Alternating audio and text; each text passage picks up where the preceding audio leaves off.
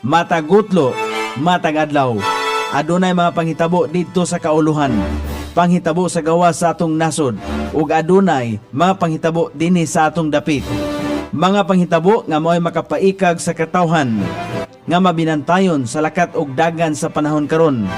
Itanyag ning istasyon DXSR ang 7 o'clock Breakfast News.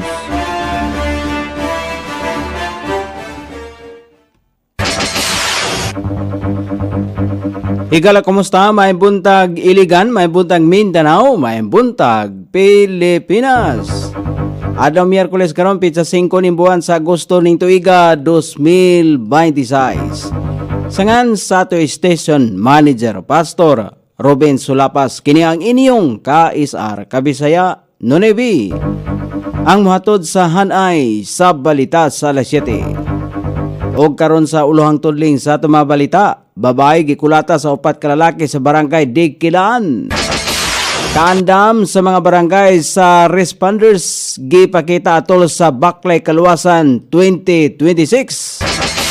Unom ka establishmento giila isip opisyal nga co-working spaces sa syudad.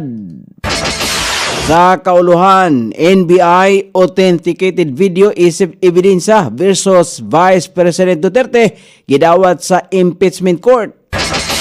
Pipila ka flights kansilado na divert tungod sa daotang dagan sa panahon. Working permit alang sa batang wala pa sa 15 anyos, mandato na ay ipagawa sa online content. Sa gawa sa nasod France, andam nga makiktambayayong sa nasod nga Pilipinon alang sa depensa og nuklear. Balita sa kinabuhing Kristohanon, Samaritan Spurs nagpadala og ginabang alang sa mga nabiktima sa linog sa Venezuela. Kini ang ulohang tudling sa atong mga balita nga dalit kanato ning istasyon. DXSR 106.7 sa inyong FM dial. Ang bugtong radyo sa dakbayan siligan nga nagsibya sa balaang kasulatan, pinasubay sa Inspired and Preserved. Not simply dictated, King James Version sa Anchor Broadcasting Corporation. O karon sa kumpleto nga detalye, nagpadayon ang lawom nga investigasyon og hot pursuit operation sa kapulisan aron madakpan ang 4 ka mga lalaki nga gipasangin lang miatake og mikulata sa usa ka babae sa Puro 14 Dudyungan, barangay Digkilaan, sakop ni Dakbayan sa Iligan. Base sa inisyal nga investigasyon, ana sa ilang umahan ang biktima dihang kalit siyang giatake sa mga suspek. Duha sa mga suspek ang mibira sa iyang mga tiil, samtang ang uban mitabang og pagkulata kaniya gamit ang gahi nga kahoy ug bato. Gituhang adunay tuyo sa pagpatay ang mao mga pag-atake nga mo'y hinungdan sa daghang bunog og samad nga angkon sa biktima. Dali nga gidala ang biktima sa Gregorio Tillots Memorial Hospital kagahapon sa hapon aron matambalan og makadawat sa hustong medikal nga pag-atiman. Samtang mipahayag ang pamilya sa biktima sa ilahang determinasyon nga mopasaka og formal nga reklamo batok sa mga nailhang suspek. Padayon usab ang investigasyon sa kapulisan aron matino ang motibo sa maong pag-atake ug aron mapadali ang pagkadakop sa mga suspek. Naghiusa ang barangay responders sa rescue volunteers o partners agencies nga gilangkuban sa 19 ka mga barangay response team sa pagpahigayon sa Baklay sa Kaluwasan 2026. Kini aron mas mapaligon ang kaandam sa mga responders sa pagkatubang sa bisan unsa nga kalamidad o emerhensya ug masiguro nga luwas ang katawhan o kabtangan. Gipakita sa mga representante gikan sa 19 ka barangay ang disiplina, kusog o kahibalo pinagi sa pag-respond kung pagresponde o pagkumpleto sa 4 ka emergency response stations nga naglangkob sa bandaging, splinting, patient handling o spine board management. Ang aktibidad gipanguluhan sa Iligan City Disaster Risk Reduction and Management Office subay sa National Resiliency Month 2026 nga gisugdan pinagi sa usa ka rescue march nga nagsugod sa Iligan City Hall Amphitheater hangtod sa Esplanade sa Barangay Santiago. Pinaagi sa mga inisyatibo sama sa Baklay sa Kaluwasan 2026 nagpadayon ang LGU Iligan sa pagpalig-on sa kaandam o kapasidad sa mga responders o panagiusa aron masiguro ang kaluwasan sa matag Iliganon sa panahon sa kalamidad o emerhensya. Giila sa Iligan City kun City Tourism Office ang mga establishmento nga nagtanyag og di kalidad nga co-working environment alang sa mga entrepreneurs, freelancers, sa remote workers, sa digital professionals o mga estudyante. Kini parte sa padayon sa pagpalig-on sa syudad isip isa ka business friendly og innovation driven city pinagi sa innovation, collaboration og productivity og naghatag og kontribusyon sa paglambo sa lokal nga ekonomiya sa syudad isip sentro sa negosyo og turismo. Karong tuiga giila isip official co-working space sa syudad ang 0402 Coffee, Summer Brew, Palao Brands, The Yarside, Black Bill Coffee o headquarters sa Tibanga og 1% C. Gihimo sa matag tuig sa City Tourism Office ang identification og assessment sa mga co-working space aron masiguro nga ang mga establishmento nagpadayon sa pagtuman sa mga kriteria og standards alang sa accreditation nini. Pinaagi nini nga programa gilauman sa LGU Iligan nga mas daghan pang negosyo ang maenganyo sa paghatag og modernong work sa spaces nga makatabang sa lokal nga ekonomiya og sa pagpalig-on sa Iligan isip usa ka sentro sa negosyo, turismo og innovation.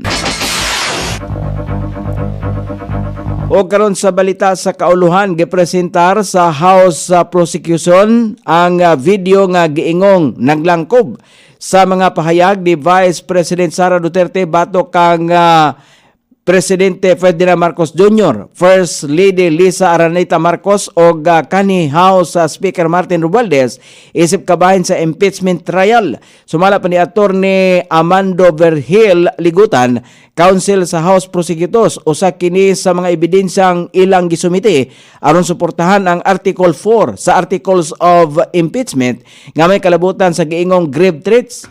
Ang maong video gi-authenticate ni NBI Senior Agent Mark Kalilong isip digital evidence nga gidawat o gipresentar sa impeachment court.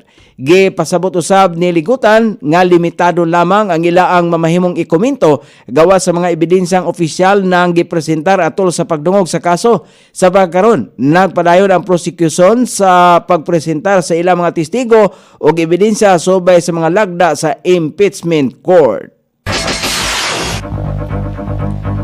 Pipila ka biyahe sa eroplano ang naapektuhan kagahapon adlaw tungod sa daotang dagan sa panahon. Sumala pa sa Civil Aviation Authority of the Philippines. Gikumpirmar sa ahensya nga duha ka flights ang nakanselar.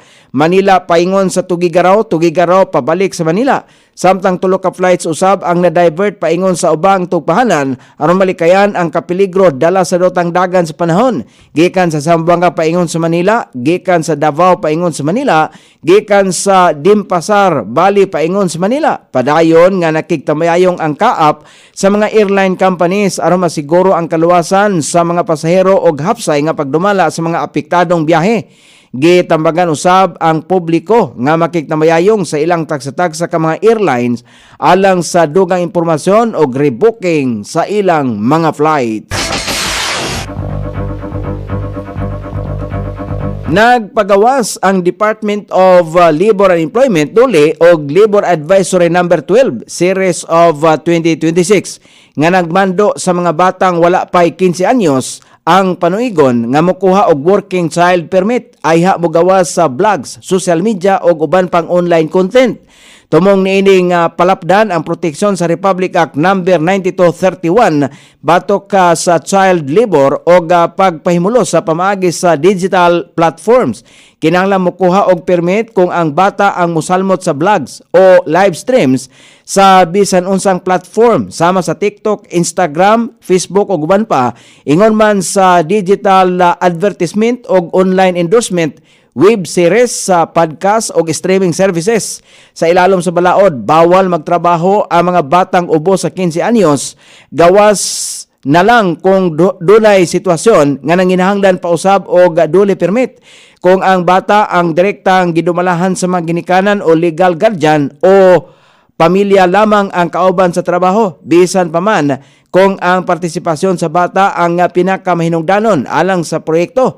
Hugot nga ipatuman ang mga oras sa pagtrabaho sa bata base sa Dole Department Circular number 2, dili sobra sa 4 ka oras sa usa ka adlaw, dili mo sobra sa 20 ka oras sulod sa usa ka semana.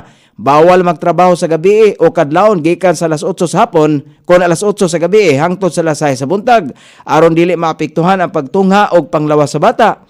Sumala pa sa Dole ang mga ginikanan, legal guardians o mga digital employers, brands ang direktang adunay tulubagon sa balaod.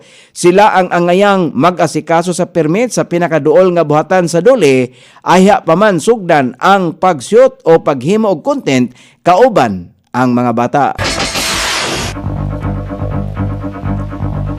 O karon sa balita sa gawas sa nasod, andam ang nasod sa France nga makigtambayayong sa nasod nga Pilipinon aron pakusgan ang relasyon sa duha ka nasod pinaagi sa military defense o nuclear industry. Kini gisulti sa pagawasay nga France ambassador nga si Marie Fortanil samtang gipakigpulong kini kang Presidente Bongbong Marcos apan gipamahayag sa naasong embahador nga anda motabang ang France kon mahibaluan og mahanay na sa nasod nga Pilipinon ang military priorities niini. Dugang pa gisiguro sa France nga motabang kini sa nasod kon ugaling nakakita kini og saktong pwesto aron magtukod og nuclear power plant. Balita sa kinabuhing Kristohanon, nibisita ang nangulo sa proyektong Samaritan's Purse nga si Evangelist Franklin Graham sa nasod sa Venezuela aron bisitahon ang mga apektado sa kusog nga linog kaniadtong niaging bulan nga nipatay og libuan ka mga katawhan. Nagpadala og hinabang ang Samaritan Purse pinaagi sa pagdonate og 295 ka tonelada nga supplies nga gidawat sa sobra 10,000 ka mga katawhan. Lakip sa naasong supplies mao ang family tents, solar lights, habol, mga dilata, jacket, hygiene kits, cooking sets o kopya sa Biblia nga nakasulat sa pinulungang Espanyol. O karon sa kahimtang sa pagpanaban sa dagan sa panahon, ang sentro sa tropical storm nga Maymay, anak kini mahimutang sa 170 km sa west of Bacnutan, La Union, nagdala kini og gikusgon nga hangin nga 65 km matag oras nga adunay pagkusukoso nini nga 80 km matag oras. Samtang southwest monsoon ang palaya makaapektar sa Luzon, sa Kabisayan og iuman sa ubang dapit dire sa Mindanao. Samtang tropical cyclone outside par nga anak kini mahimutang sa 1845 kilometros sa northeast of extreme northern Luzon. Nagdala kini og gikusgon nga hangin nga 165 kilometros matag oras nga adunay pagkusukuso nini nga 205 kilometros matag oras. Ang Ilocos, La Union, Pangasinan, Benguet, Mountain Province, Abra, Cagayan Valley, ubang bahin sa Ilocos Region, ubang bahin sa Cordillera Administrative Region, Zambales, Tarlac, Nueva Ecija, ubang bahin sa Central Luzon, Metro Manila, Calabarzon, Occidental Mindoro, Oriental Mindoro, Marinduque, Antique, Iloilo, Guimaras.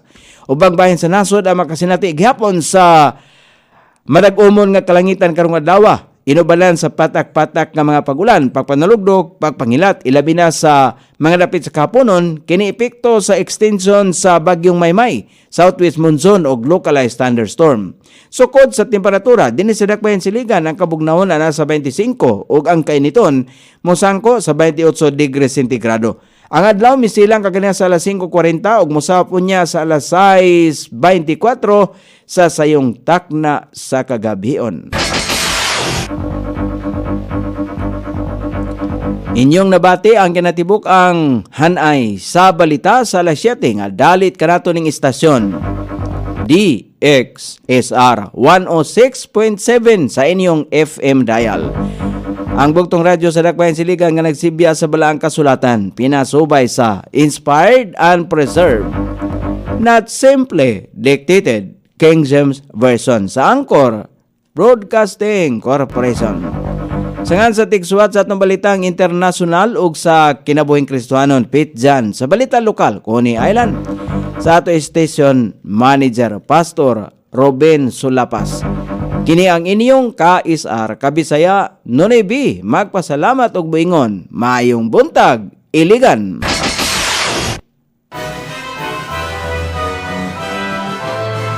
Inyong nabati ang 7 o'clock Breakfast News. Hangtod na usab og mga lawa sa samang takna o sa samang istasyon. Daghang salamat sa iyong pagpaminaw ug maayong buntag.